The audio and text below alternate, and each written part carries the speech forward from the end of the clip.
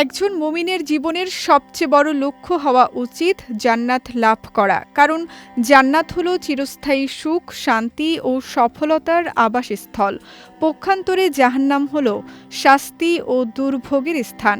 তাই আল্লাহর আদেশ মেনে চলা এবং রাসূল সাল্লাল্লাহু আলাইহি ওয়াসাল্লামের আদর্শ অনুযায়ী জীবন পরিচালনা করা প্রত্যেক মুসলমানের দায়িত্ব। হাদিসে বর্ণিত হয়েছে, ৩ শ্রেণীর মানুষ সর্বপ্রথম জান্নাতে প্রবেশ করবে। আবু হুরায়রা রাদিয়াল্লাহু তাআলা আনহু থেকে বর্ণিত, ৩ শ্রেণীর মানুষ সর্বপ্রথম জান্নাতে প্রবেশ করবে: শহীদ, ভেতরে বাইরে সৎ ও চরিত্রবান ব্যক্তি এবং সেই দাস যে উত্তমরূপে তার রবের ইবাদত করে ও তার মালিকের কল্যাণ কামনা করে। তবে জান্নাতের দরজায় সর্বপ্রথম কড়া নাড়বেন মহানবী হযরত মুহাম্মদ সাল্লাল্লাহু আলাইহি ওয়াসাল্লাম। তিনি বলেছেন, তিনি জান্নাতের দরজায় গিয়ে খুলতে বলবেন। তখন প্রহরী তার পরিচয় জানতে চাইবে। তিনি নিজের পরিচয় দিলে প্রহরী বলবে তার আগেই যেন আর কারো জন্য জান্নাতের দরজা খোলা না হয়, এমন নির্দেশ তাকে দেওয়া হয়েছে। মহানবী সাল্লাল্লাহু আলাইহি ওয়াসাল্লাম শুধু নিজেই প্রথম জান্নাতে প্রবেশ করবেন না, তার উম্মতও বিশেষ মর্যাদা লাভ করবে।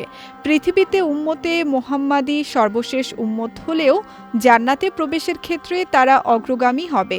এটি আল্লাহর পক্ষ থেকে এই উম্মতের জন্য বিশেষ সম্মান।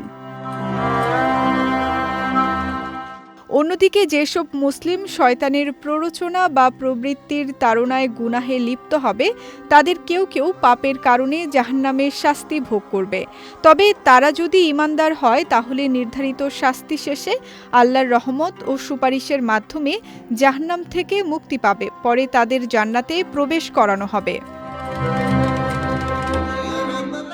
রাসূল সাল্লাল্লাহু আলাইহি ওয়াসাল্লাম জানিয়েছেন, শাস্তি ভোগের পর তারা নতুন জীবনে পুনরুজ্জীবিত হয়ে জান্নাতের অফুরন্ত নিয়ামত ভোগ করবে।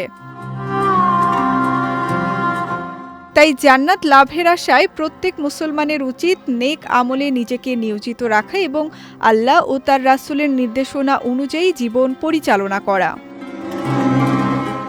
বিজয় টিভি নিউজ ডেস্ক।